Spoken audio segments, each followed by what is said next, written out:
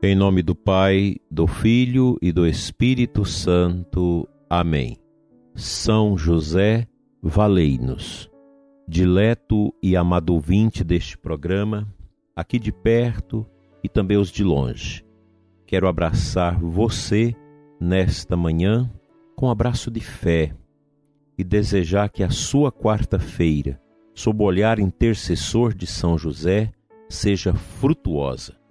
Nós estamos meditando o livro da Beata Conchita, Tratado Prático dos Vícios e das Virtudes.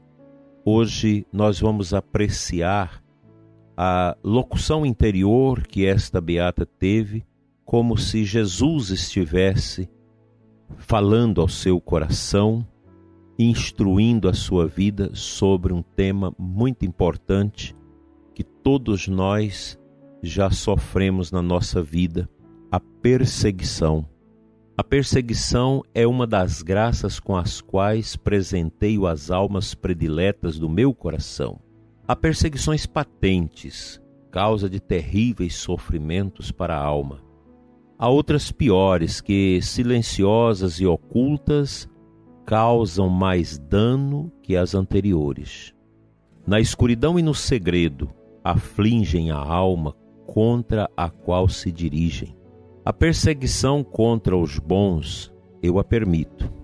Essa sim é o verdadeiro crisol em que a alma se purifica.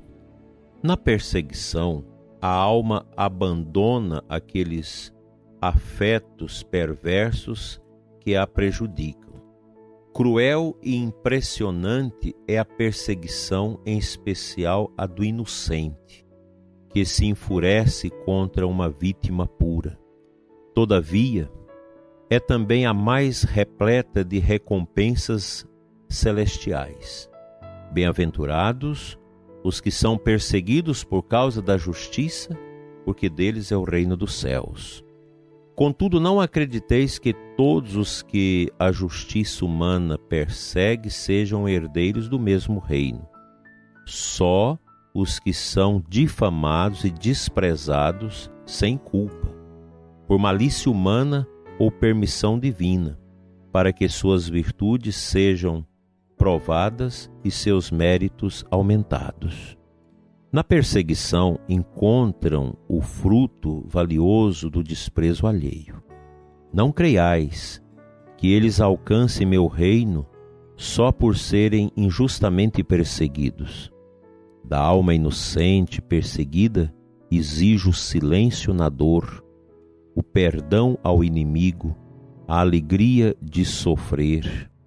Por puro amor a mim, aqui está o fruto da perseguição e a quem eu concedo meu reino. A alma bendita que se alegra na perseguição, praticando o silêncio e o perdão, atinge o ponto mais alto da virtude. Alguém será capaz de entender a perseguição desta maneira? Com a perseguição não se compra o céu. Eu dou, mas sob certas condições. Na ordem da graça existem perseguições também terríveis. Numa vida extraordinária, geralmente há dessas perseguições. Nisso consiste principalmente o reino dos céus.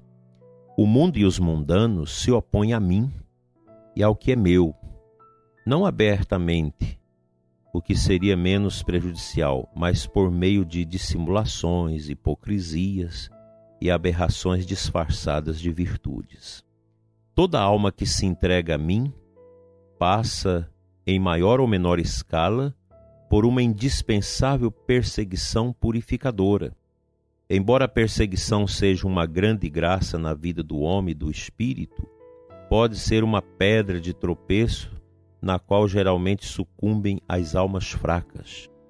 Nas vocações religiosas, muitas almas débeis cedem à perseguição e Satanás alcança grandes triunfos. Sabem qual é o baluarte da alma na luta contra a perseguição? Maria e a sublime virtude da constância, que se alcança pela intercessão daquela que é o auxílio dos cristãos e das almas religiosas. Fica, portanto, esse tema tão importante para nossa meditação e crescimento espiritual.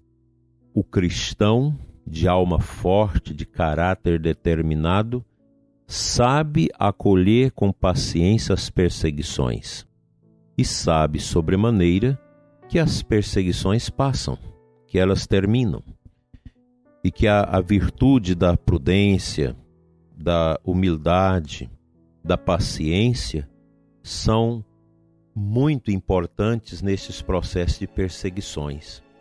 Nós sacerdotes, os padres que escutam esse programa sabem disso, a gente atende muitas pessoas em grandes perseguições e sofrimentos, grandes dores, terríveis. E na oração, na intercessão de Nossa Senhora, na adoração a Jesus eucarístico, a alma vai ganhando força e sabedoria para lidar com essa realidade tão tremenda. Mas a pergunta que eu faço é: quem em nossos dias é mais perseguido, senão o próprio Deus? Quando se persegue os cristãos, é uma perseguição ao próprio Deus. Quando dentro da igreja nós vemos às vezes tentativas de inibir a piedade, o espírito de santidade, o crescimento espiritual das pessoas, a gente escuta isso muito, é sinal que Deus está sendo perseguido. Quanta falta de fé nesse mundo. Já o Papa Bento XVI percebia de maneira muito clínica, muito pontual, que o grande problema da igreja hoje não é a liturgia, não são os abusos litúrgicos, não são os abusos teológicos, nem as ideologias que vão entrando dentro da teologia, dentro da espiritualidade, dentro da vida religiosa, da vida sacerdotal. O grande problema é a falta de fé. E é contra isso que nós devemos lutar. Quem tem fé e expressa essa fé e a coloca em prática, seja firme diante das perseguições e incompreensões. Pois não há alma santa e piedosa que vai um dia mergulhar na eternidade da bondade de Deus, que não passa nesse mundo por terríveis perseguições.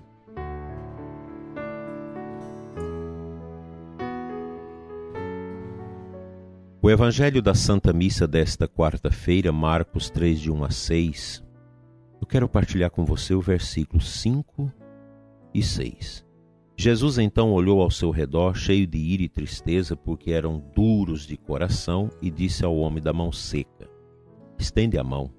Ele a estendeu e a mão ficou curada. Ao saírem, os fariseus com os partidários de Herodes imediatamente tramaram contra Jesus a maneira como haveriam de matá-lo. Veja que aqui o próprio Jesus é perseguido.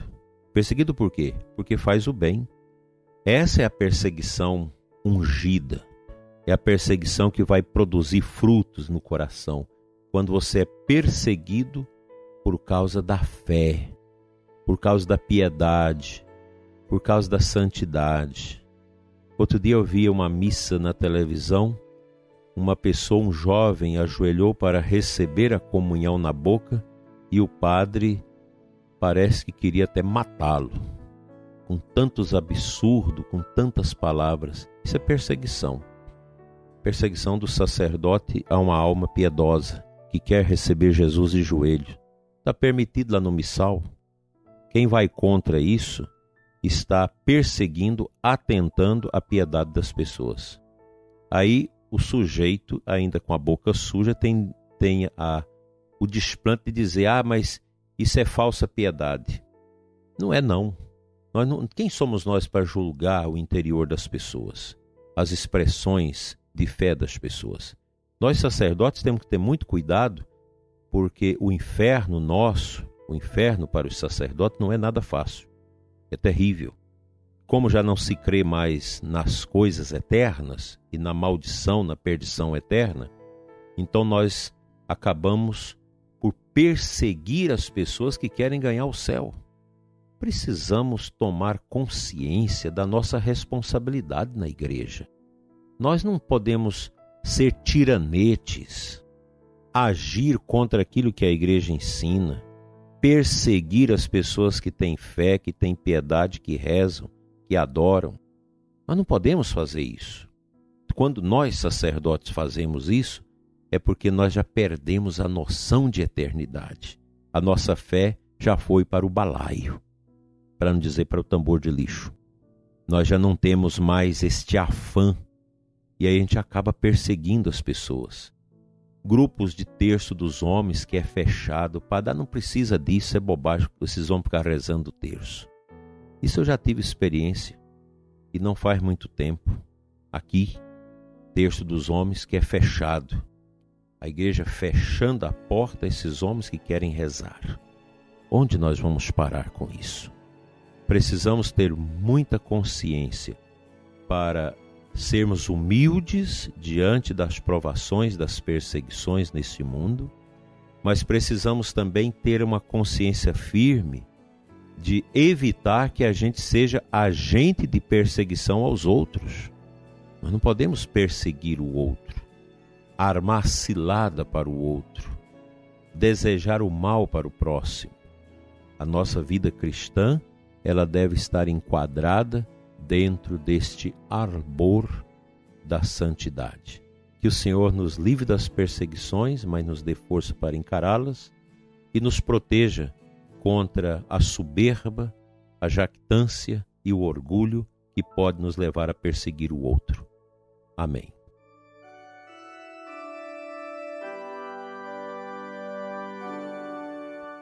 Senhor nosso Deus e Pai, que nos deste Jesus, a humildade viva do teu coração encarnada em nossa história.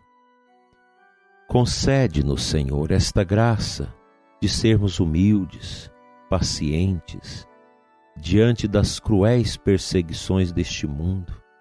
Pai, abençoa quem está sendo perseguido, quem está sofrido, o ouvinte que ora conosco neste momento, com o coração carregado dessas perseguições. Dai-lhes a cada pessoa perseguida a humildade, a mansidão para pagar o mal com o bem e não o mal com o mal. Ajuda-nos, Senhor, a ter as virtudes do teu Filho eterno, Jesus Cristo, que se fez obediente até a morte e morte de cruz. Amém.